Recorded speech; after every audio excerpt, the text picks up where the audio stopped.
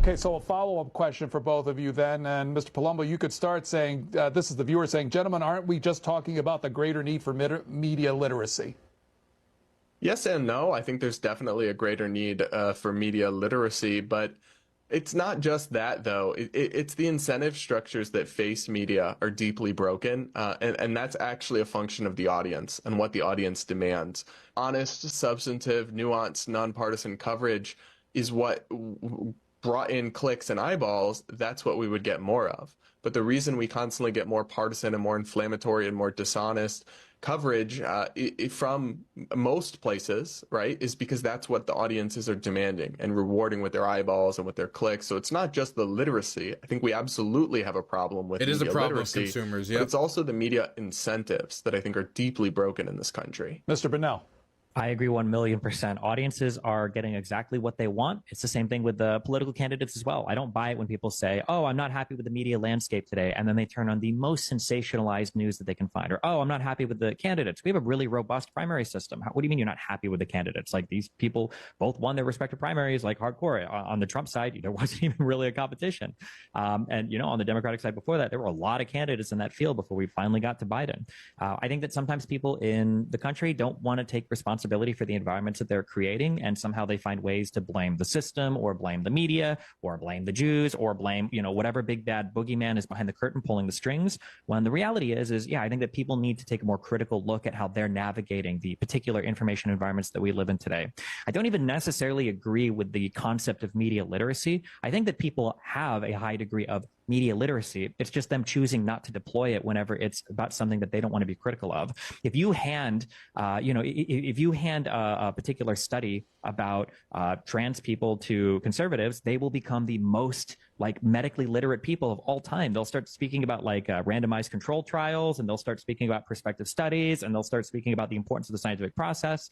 But then if you show them something related to, like hydroxychloroquine or ivermectin or any of the other COVID stuff, all of a sudden, that goes out the window. And then same thing on the left. If you start talking to people about how one or two examples of a particular person can't justify you being racist or can't justify you being discriminatory towards a group of people, they'll have one opinion. But then if you point to one or two things about, African Americans have been treated poorly by the police in the United States, all of a sudden there is a massive problem where they feel like black people are being slaughtered en masse by the cops. So yeah, I think that the issue that we run into isn't necessarily one of media literacy. It's not necessarily one of the media poisoning the people. I think that people are just very lazy today. And because of the political environment we live in, and because of the high level conviction they need on every single topic that they talk about, people just don't want to do any of the actual reading or research because they'd rather just agree with their friends and family about things. Joao in Connecticut, Republican line. Go ahead, please. Good morning, and thanks for taking my call. Anybody who votes for Biden is either ignorant of the issues or is as much of a sinister liar as Biden is. Wow. I like this dilemma because that means everyone who opposes him is either stupid or evil. There's no way he can lose. On immigration, let's just say that if those people trying to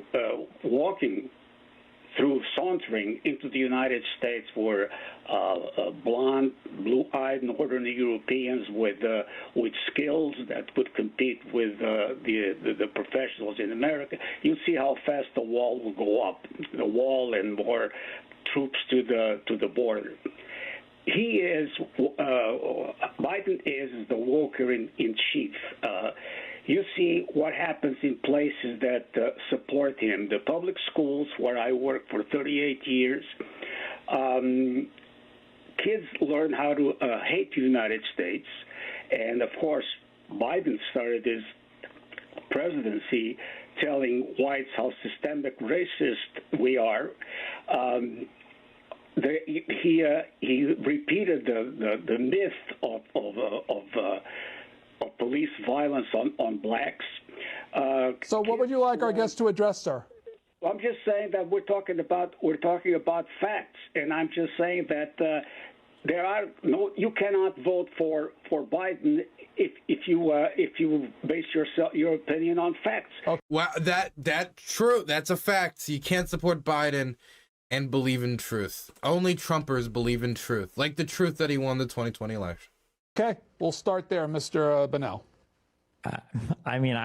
I won't assume the guy's a Trump supporter, but I mean, it's funny to say that, if you vote for Biden, it's because you don't care about facts or because you think he's evil when Trump is facing, what is it? Is it like 91, 92 different indictments across 4 different criminal cases, 2 federal ones?